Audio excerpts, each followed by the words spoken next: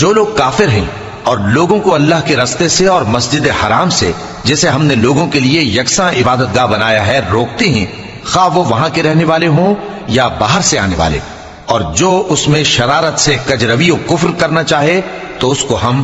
درد دینے والے عذاب کا مزہ چکھائیں گے۔ اور ایک وقت تھا جب ہم نے ابراہیم کو خانہ کعبہ کا مقام بتا دیا اور ارشاد فرمایا کہ میرے ساتھ کسی چیز کو شریک نہ کیجو، اور طواف کرنے والوں اور قیام کرنے والوں اور رکوع کرنے والوں اور سجدہ کرنے والوں کے لیے میرے گھر کو صاف رکھا کرنا۔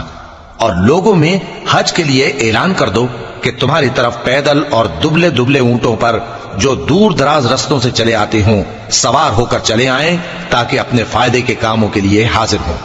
اور قربانی کے ایام معلوم میں مویشی چوپایوں کے ذبح کے وقت جو اللہ نے ان کو دیے ہیں ان پر اللہ کا نام لیں۔ اب اس میں سے تم خود بھی کھاؤ اور خستہ حال ضرورت مند کو بھی کھلاؤ۔